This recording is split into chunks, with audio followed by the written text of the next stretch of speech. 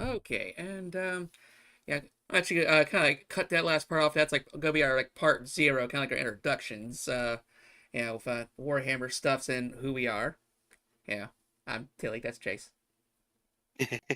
And I remember another thing too, like with when I was trying to think about doing a Warhammer channel, I had like I told you like one of the reasons I held off on it was because I had a lot of ambitious art ideas with like Yeah. custom PNGs for like every faction and all these animated overlays, which would have been kind of expensive. But then my animator retired. Yep. So that's out. So it's like, well, damn, I either need to get real good at AI art or spend a fortune. So like Yeah. back to more basics, approach. Um, and let's see here. So our first book today is called Angron the Red Angel. Now this is an interesting story because like no one ever really talks about this one because that's what I was saying too. Is GW pushed out I think almost a new book every week. Yeah, or like every like 10 days or something. So It many are was going to get lost in the shuffle. it was pretty ridiculous. Yeah. Okay. Oh, speaking of Angron, my current G Fuel flavor is called Blood. Blood for the blood god. Yep. It's just yeah, I mean, it fucking. I mean, yeah, this is fucking fate. yeah, The gods have willed it. yeah. Blood for the blood god, yeah. Alright, which technically it's strawberry matcha, which I love me some matcha. I Uh never had matcha. it goes out it sounds smooth, almost like milk. Yeah. Hmm. Yeah, so it's kinda like almost like a strawberry milk. This Right one on. anyway. Like there's like a blueberry lemonade matcha for like that the My Hero Academia. And let's see here. What's our I size? I would say that this is the work of Zinch, but Zinch is a fucking nerd. This sounds more like Korn's doing. Another thing too is like for my podcast, I used to always just like grab a bunch of random images and just have like a very lazy slideshow in the background. Yep. Um, but now I noticed with like the recent like news episodes we've been doing, me actually posting the pictures isn't as much of a pain in the ass as I thought, and it works. So so I'm gonna be Well, posting. then you also kind of you do a little bit of Photoshop magic where you have Slug doing some Yeah, entertaining shenanigans. that's one thing too is I thought like I was gonna have Slug just freaking like acting out the entire books. Yeah, That would have been fun, but also a bit of work. expensive. Yeah. Okay, and so where is I just found the folder Warham, the other white meats. But I also do know that you have something in the works with Slug with a Ripper onesie and everything, because all the slugs are basically little rippers. Yeah, if anyone's who played Space Marine 2, there's this level in the story campaign where you got get rid of all these freaking ankle biters with a flamethrower. And I'm like, I was just putting together, okay, so they're shaped like the slugs. They can go through air vents. All they do is feed, and they're ankle biters. Oh my god, slugs a ripper. It just writes itself. Yeah. And Yep, that's old Angron. so Angron, okay, so a little bit of his backstory. He's he didn't have the best childhood. He kind of started out as a slave, and who was forced to fight in the Colosseums. And when he started to refuse to fight, they stuffed a bunch of old world tech in his brain to where if he feels anything other than anger, he'll feel intense pain. The butcher's nails. And yep. I mean, I guess I'd be pretty angry too if you stick a nail in my head. I And mean, yeah. he even had a pet doggo too. I think as he eventually had like a slave rebellion going on.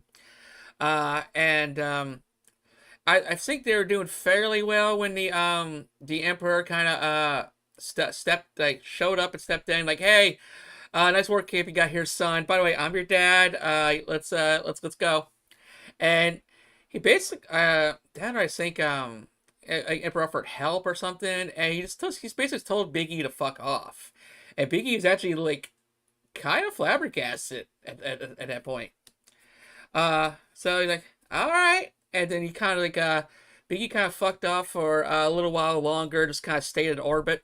And it got to a point where Angron and I'm not sure if they're calling themselves the World Eaters at the time, but basically him and his slave crew, were pretty much about to do their last stand, and like this is it, and that's when Biggie just kind of hit the teleport button and beamed Angron up alone. So Angron, they're forced to let their leader, like all of his people, just like left her to die. Because Angron's like, well, at least teleport them up, and Biggie's like, I ain't good about this teleport a bunch of slaves and just like loser civilians and stuff. Yeah. Yeah, like the Emperor, he's not exactly known as Father of the Year. Um, No, far from it. yeah, and he actually treats like I don't know if it's a vibe check or something. He treats a lot of his sons fairly differently, pretty positively in some cases. With Angron, he just literally made every wrong call, and I mean, the same could be said about Mortarian as well. yeah, cause yeah, like we'll get around to our Tarian someday. All Ripper had to do is like, hey, it's your kill, like or let's just clear it away. Yeah. Yeah, and yeah, and then but he made like the right call. Some other ones, it's like bro, like he was rolling low Christmas rolls that day, and so Angron was justifiably pissed. And but yeah, he's given his own legion, who we're gonna be talking about a lot here, called the World Eaters. Kind of wear their name on their sleeve there. And at first they were gonna be called the War Dogs. No, But they were the Warhounds original. War Hounds, War Dogs, pretty close. And But yeah, their original name was the Warhounds, and then I think it was Karn, I think, or one of the other ones that said we shall be the eater of worlds, and Angron. That was like one of the first times Angron kind of started opening up to his sons. yeah, like cause Angron was kind of in a depression, and like every one of his sons who tried to like soothe him over pretty much got killed. Did um and but so Karn eventually went in there, and yeah, he not only was able to take a good punch, but he pretty much he said the right words. He was the Angron Whisperer. Yeah. And yeah, but so Angron felt Hounds was too demeaning because like we're not your dogs, and so the Eater of Worlds, and Emperor just had like the response like, okay, whatever, and also Emperor did try to get the nails removed from his brain, but yeah, that was impossible without killing him. Yeah, it would have killed him. Oh man, can you imagine just like them trying to attempt therapy with Angron? Oh gods, no! Just nothing would go right. This is Like the only way that might work is if you have him chained down to a table that he cannot break, and has enough sedatives to kill a small horse. yeah, like Goose Baba. Just play that fucking like that chill music and like get a little waterfall in the room, I mean, then again, seeing that 3D printed the video of the woman who had the 3D printed version of Horus's legs, thinking of how big Horus is, and Angron was not that much shorter than him. You might need enough tranquilizers to kill an elephant to bring Angron down. Now I'm like, how's that woman gonna get that out her door? I want to know how the hell she got it in. It's just, oh man. But I imagine it was all piece by piece. Yeah.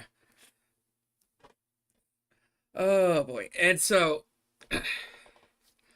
okay, so then but yeah, so Angron, he was so damn jaded that he joined the Horus Heresy, which we'll be getting into soon.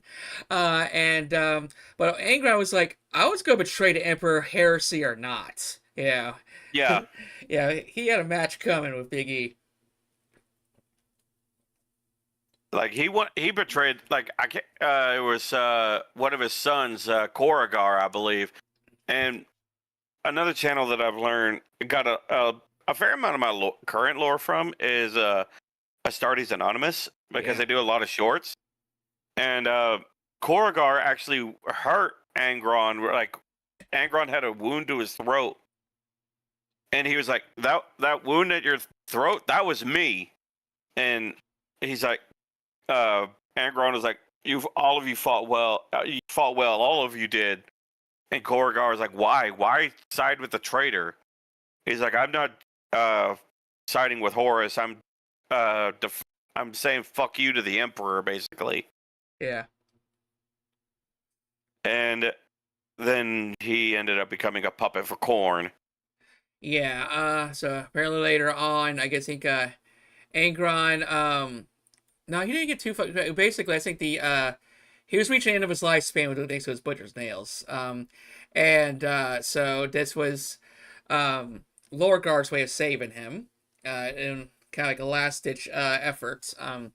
And yeah, turned into a demon, and now he's went from being a slave to his um to the Colosseum, then the slave to the Big E. Now he's a slave forever to Corn.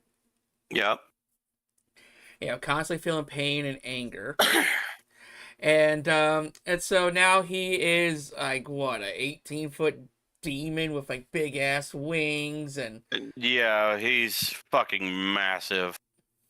also, does anyone know what all those tubes are for? Like it's that get his head. Oh, I figured those were like part of the butcher's nails.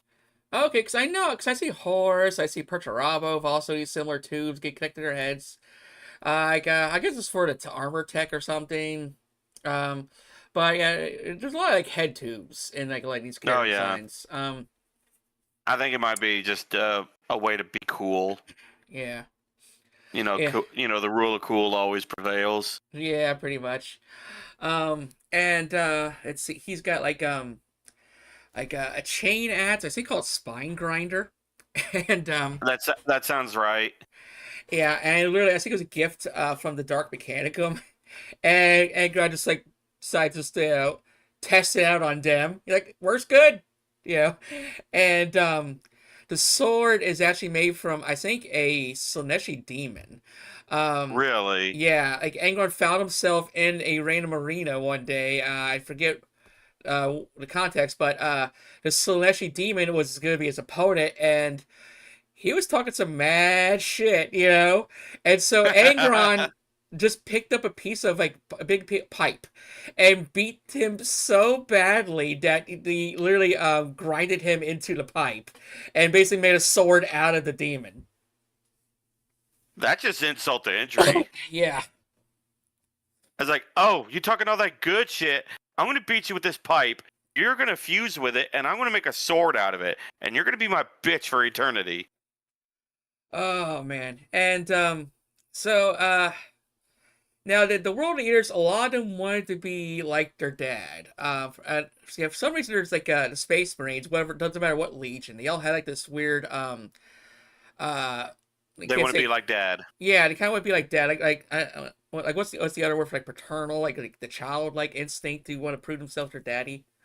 I know what it is. It's the patriarchal vibe. They want to be Yeah, like their patriarch. yeah. And so they're like, look, yeah, okay, let's stick a version of that into our heads. And then so there's a big freaking civil war, and eventually the Schrader side won out. And but yeah, now we kind of fast forward past the Horus Heresy. Not only is Angron, he comes back from time to time because he's now an immortal demon prince. Like usually it can take up as soon as quick as 8 days for him to spawn back. Sometimes it takes centuries or years or whatever. But he always will come back and will then be on his own crusade. Yep. And as for the world leaders, they're out there as a traitor legion themselves, floating Doing about. whatever the hell they want. Yeah, sometimes a chaos will split up, or something will team together, be part of some kind of council or alliance, or just be their own separate war bands. Like I think there's one something called like the Brothers of Eight, where it's just a war band of 8 dudes. They're all brothers, and they'll just go into like some random planet to start slaughtering the random populace, and then basically I think Corvus is amused by them. So as they're slaughtered, they see like a bloody portal open up on the floor, and one of them's like ooh ooh ooh ooh, and they just jump right in, and like Yeah. it's a blessing, and then it's just basically Corvus teleport them to a brand new planet to slaughter, and they're just doing this on fucking loop, you know. And now with this book, Angron Red Angel, let's see, it's an novel by David Geimer, and let's see here, it focuses on the return of the demon Primarch Angron to the galaxy, and it's also the attempts by the Grey Knights to stop his bloody rampage. Yeah. So we're also be talking about Grey Knights here. Oh boy. Yeah. I never really got too big into Grey Knights because I thought the designs were a little too bland, you know, that gunmetal gray. Yeah, Very it's like Transformer movie. gunmetal gray, silver, Yeah. a little bit of gold. It's like it's very plain Jane. Like to some extent, I can applaud the simplicity of the color scheme, but at the same time, dude, their fucking armor is so ornate and everything. I can't stand it. Yeah, and very sanctimonious personalities of also a bit of a scorched earth policy if you're not a space marine. Yeah. Yeah, like if I'm a Hell, even if you're a loyal, even if you're a space marine, they don't trust you. nope, nope, they'll often just try to nuke you because you saw a demon, so you're a risk. Yep, and You're not coming that's home. what happens to a lot of planets whenever the Grey Knights or the Inquisition and the Grey Knights show up. They'll just call the entire populace because one person might have saw a demon. Yeah. And also, And it's they're like, like "Up, you're all tainted. You all have to die." I think like almost like all of them are psychers, like pretty powerful ones Yeah, too. yeah. All of And them are. Every Grey Knight is a psyker, and a like you said, a very powerful one at that. which makes for a good rival for Angron because he hates psychers and Zinchian supporters. Oh yeah, Angron has never liked psyker. Oh man. I mean, And I would say his hatred for psychers rivals that of Lehman's hatred for Magnus. it's then because I remember Lehman eventually kind of was he realized the error of his ways, but they still probably got a rivalry going for Oh sure. yeah, like he felt bad about fighting his brothers, but he said, "Do I regret what I did to Magnus? No, and I'll do it again." Yeah, because you probably shouldn't have followed like that order so blindly. Because technically, it was Horace tinkering with the order. Yep, it was Horus. He lied to Yeah. Lehman, saying, "Father wants Magnus dead." When the Emperor just wanted Magnus arrested and brought to Terra. Now in this book too, it's like Angron's barely in it. And yeah, like I don't think he actually has any lines in this book at all. So Um, then, who's the protagonist or antagonist if it's uh, not Angron? he's kind of treated like basically like a force of nature. I'm Um, gonna say, what is he like a MacGuffin? Somewhat, yeah, because it's like just like the opening little prologue scene is someone like a war band finds the conqueror just adrift, and like all right, let's loot all the shit here, and so like Angron starts respawning, and you just hear the giant roar like a T-Rex down the hallway, and you know just kind of like fades to black, and we start intro to Brooke properly, you know, it's like he's basically treated like a force of nature, and so. The book, there's the you occasionally go cut back to the Grey Knights as let's see, let me check my notes here, but yeah, Grey Knight brother Captain Gratius Telemaine, he's been getting visions like where he's preparing for the day, basically a multi-generational plan to eradicate the Emperor's greatest mistake once and for all, and That's a hell of a name. yeah. Talamain and his forces pursue Angron across the galaxy, aiming to banish the demon Primarch back to the warp. So yeah, basically it's like he's preparing, like he's like, I've been waiting for this day. Um, and but the book, let's see here, can I find the guy's name? Because essentially the book's really kind of about how like the World Eaters are just trying to manage day to day, you know, trying to rebuild stuff. But yeah, Imperialis, the galaxy is cut off by the Great Rift, a second beacon is lit, signaling the return of the demon product Angron, who has been roused to war once again. His scattered World Eaters Legion, driven by the constant pain of their butcher's nails implants, heed the call to slaughter and rally to his side for an epic conquest. Angron himself is depicted as an almost entirely bestial elemental force of rage, with little of his former self remaining, barely speaking a word throughout the novel. Let's see here. Here we go.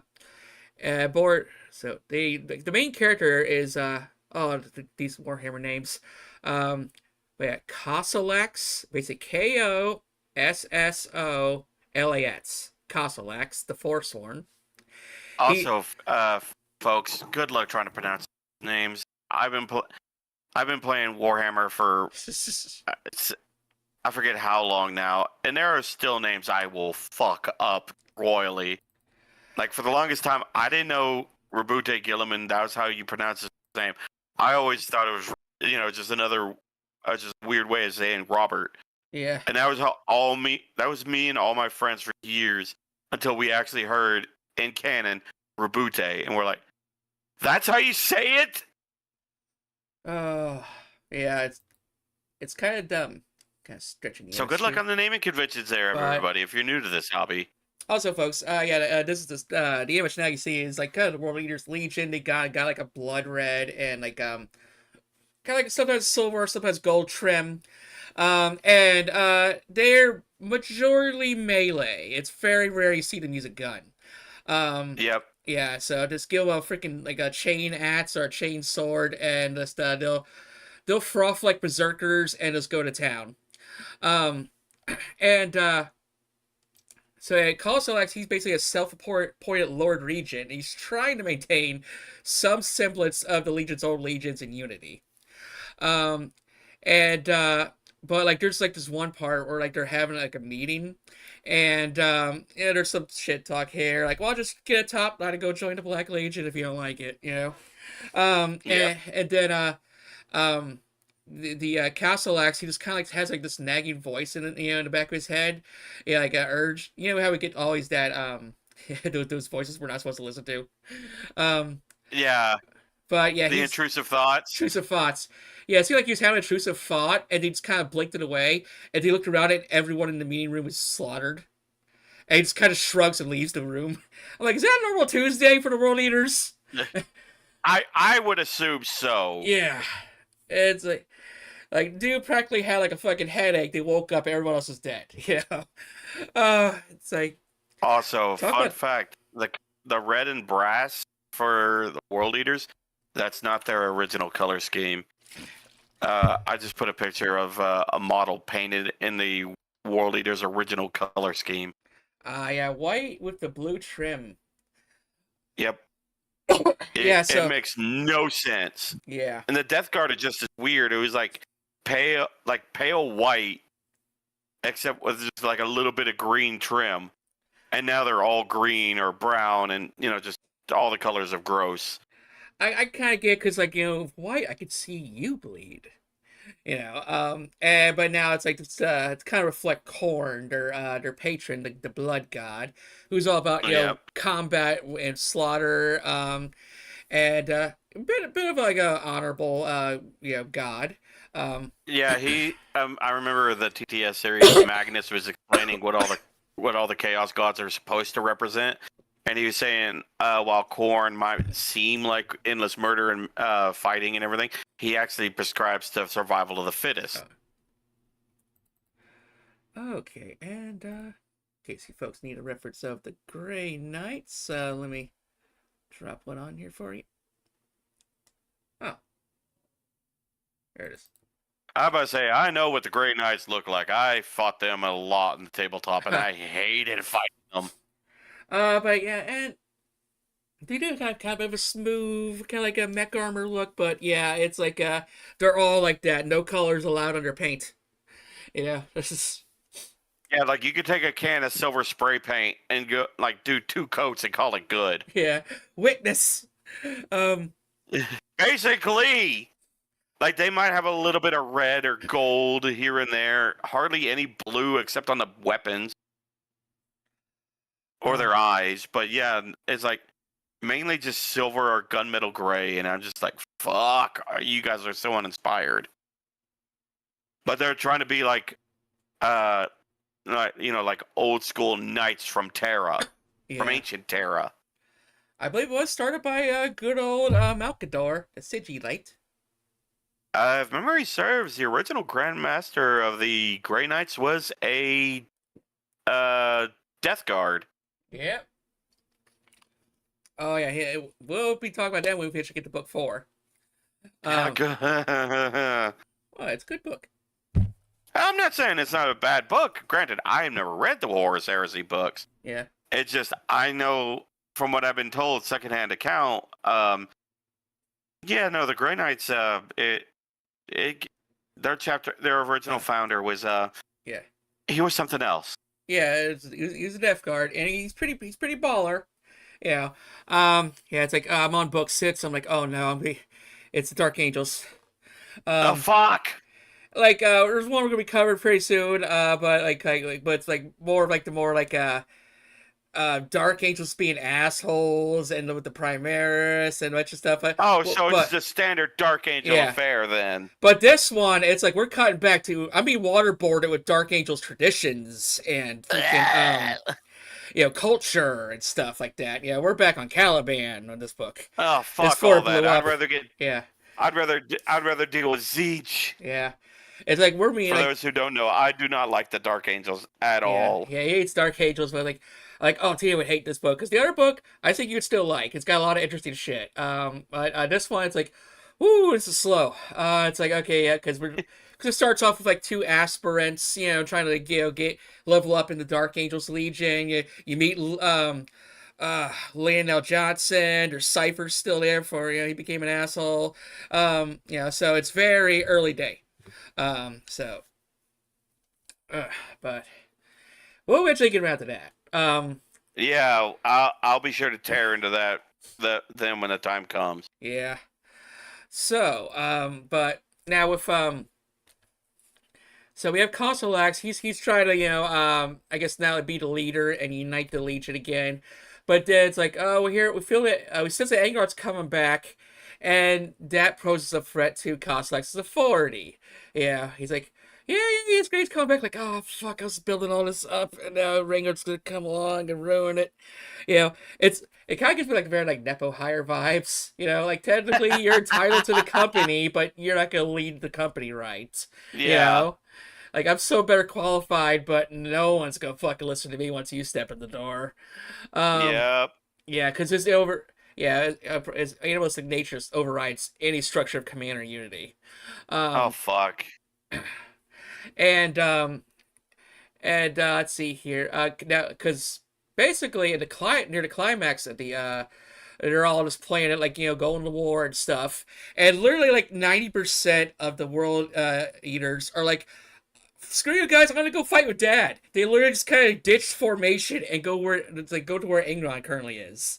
Oh, for fuck's sake. Yeah, literally like 90% of the force is just want like, it's like I want to get an autograph from Dad. Get a selfie or something. It's like celebrity status. Like I want to go see Dad. Like everyone was fanboy on Angron because I imagine because. Yeah, you recruit over centuries. Not everyone's gonna meet the Primarch when he's around, but still, it's like because they sense Angron's probably going to town on the other side of the planet, so it's like they're just like they're running that direction. My first thought was like, oh, what was the commander? Valor. What was his name? Cosalax, the Forcelorn? Yeah, Cosalax. Cosalax is like, guys, we're going over here. Fuck you.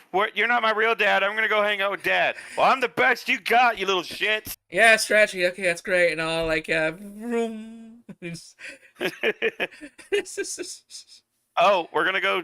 Yay, we're going to go kill, murder, everything. Oh, Dad's over there? We're going to go hang out with Dad. Yeah. It's like. You cannot trust the world eaters to.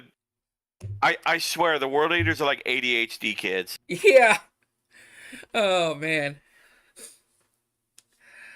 Like if you mention Angron or Karn, they're gonna fuck off.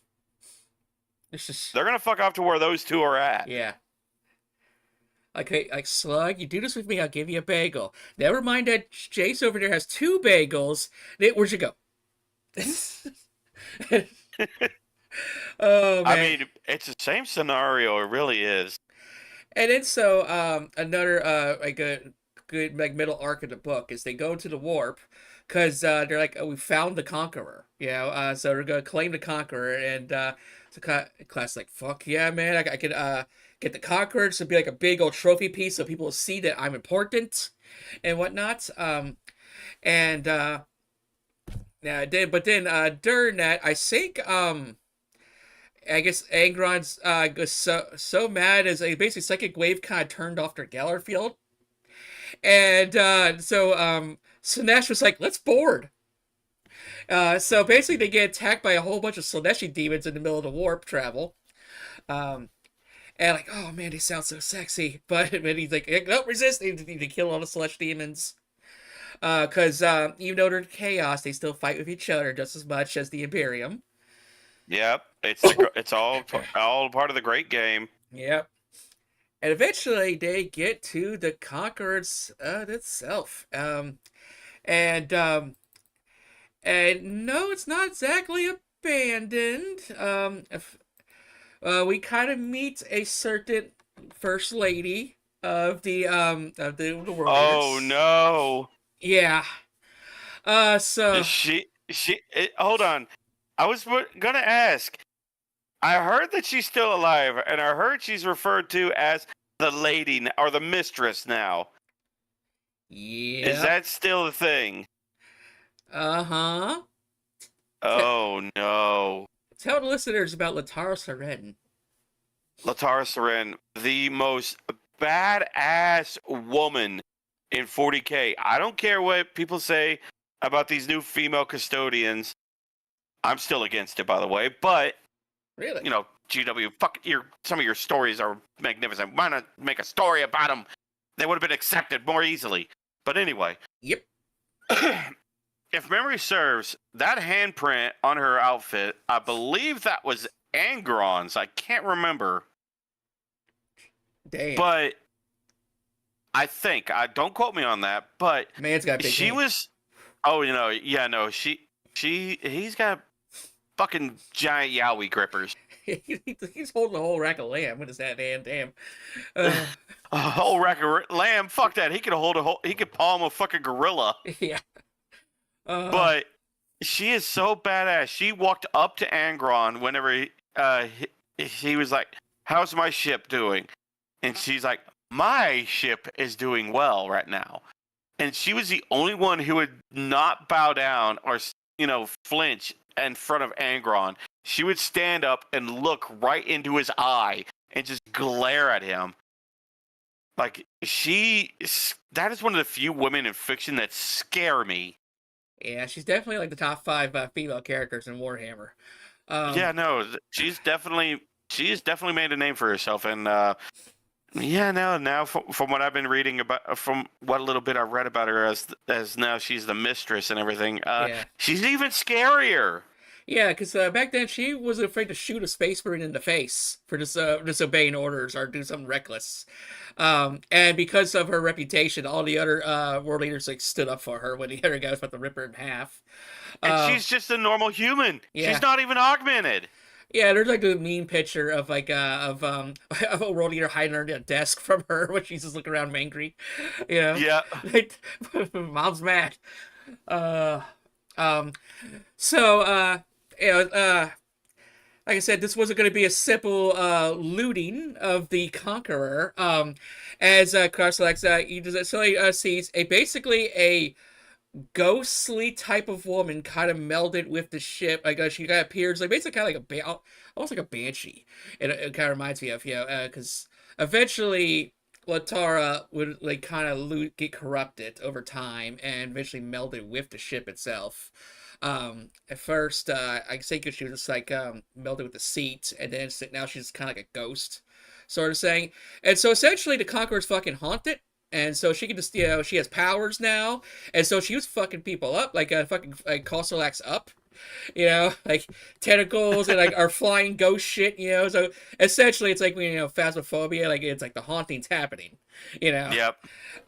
So essentially, he wants to take the ship, and she's giving him the hardest ass resistance. And so, like, eventually, by the end of the book, they kind of gain a mutual respect slash friendship for each other. Because he's like the only one that's kind of like standing up and not taking shit, but cause he's at first like, who the fuck is this ghost woman? And who's trying to kill me? Yeah, it's just Uh, but yeah, they eventually get like mutual respect by the end. Um,